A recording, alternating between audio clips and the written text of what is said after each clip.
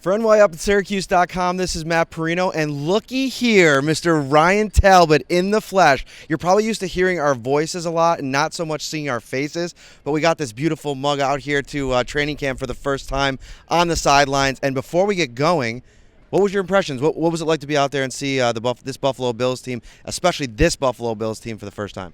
Yeah, it was nice being out here on the field. It was great seeing a packed crowd here to watch the Bills today. And you could see some of the different gains on offense in Josh Allen's second year here with the Bills. Mm-hmm. So, a lot of teamwork today. To start off with practice, it was kind of slow going because there was a lot of fundamental work, kind of install as they were kind of running through the run game quite a bit. But as we progressed through practice, things started to get ratcheted up quite a bit, and one guy that really made a splash today is Cole Beasley. And what's interesting about Beasley is early on, we talked about it on Thursday before the pads came on, it was how much it was seeming like a struggle to get on the same page with Josh Allen. A couple misses in the red zone. I talked to Cole Beasley after practice on Thursday, and he said, listen, give us a week or so. We'll figure it out. And today it looked like that process is starting to happen. Yeah, I don't know if you needed that full week because today they were on the same page. Their chemistry looked great. I don't think Beasley dropped a single ball.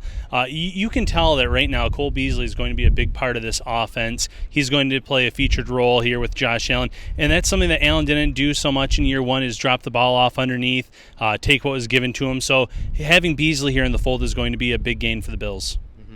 I was also very impressed, speaking of the offensive side of the ball, I was really impressed with Devin Singletary and Josh Allen. We both just were at his press conference just now, and he spoke a little bit about it, and it's just that quickness and that look that you give a quarterback, with your ability to make plays that can completely change the dynamic of things. And looking back to last season, they didn't have that with LaShawn McCoy and Chris Ivory. A few games where they both made some plays, but for the most part, it was kind of absent. Yeah, and there's usually a rookie learning curve with these players, but so far through training camp, Devin Singletary has stood out almost every single day. You can see that vision that Brendan Bean and Sean McDermott are talking about. You can see that he kind of knows what to do on the field. He can be that elusive back. He might not be that guy that breaks off those long runs, but he can move the chains for you, and that's valuable. And to have a young back on a rookie contract here for the next few years, that's something else where you can build around him and build around Josh. And if the Bills do take that next step this year, they can go out and add some big-name players maybe to make that run, which you see with a lot of these younger teams in terms of trying to make that Super Bowl run. Mm-hmm. I thought it was interesting that over the course of the last few days, Brian Daboll and Sean McDermott both made it a point to comment on how different Ray McCloud has looked this season. We talked a lot about it over the course of the offseason in terms of how much of an uphill climb it was going to be for guys like Isaiah McKenzie, Ray McCloud, who may have, had some moments last year. Ray more in the preseason, but that it was going to be difficult because of all the talent that they added. Now, I've maintained that don't give up on Ray McCloud just yet. He's a guy that Brandon Beane used a draft pick on, and it's I think a player you start with Chad Hall and Brian Daboll all the way up to Sean McDermott. They still believe in him, and he's making plays. He made some plays out there here today. Yeah, I think his confidence is at a whole new level, too. You come in as a rookie, and you're learning a playbook. You're trying to figure out a lot of different aspects of the game because there's a lot of differences no matter where you play at college. And he played at a big level, obviously, with Clemson.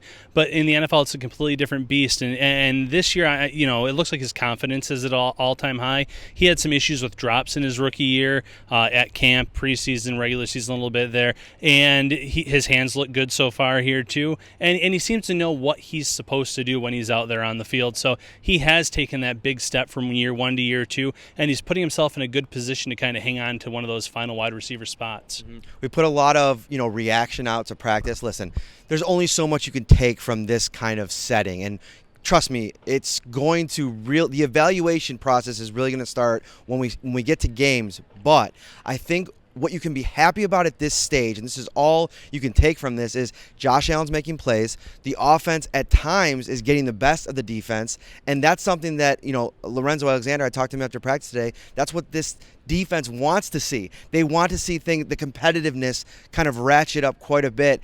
And over the course of training camp and these practices go on, the defense are going to have their days when they're getting the better of Josh Allen. But even, Josh Allen even said, I want to make every throw. But he realizes down deep that some days they're just going to be that good because they are that good. Absolutely. I mean, this is a team that finished number 2 in total yards allowed last year on the defensive side of the ball. So anytime that Allen has a good day, it is a good day for the Bills offense.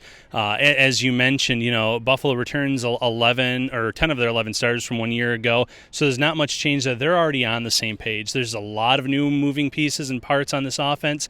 And to see them win some of these early battles, that's promising for the Bills in 2019. Thank you so much for joining me, my friend. It's always a joy to talk to you, and it was really a joy to get you out here in the actual football environment. Guys, as always, for all your Buffalo Bills content, keep it locked on the NY Up and Syracuse.com.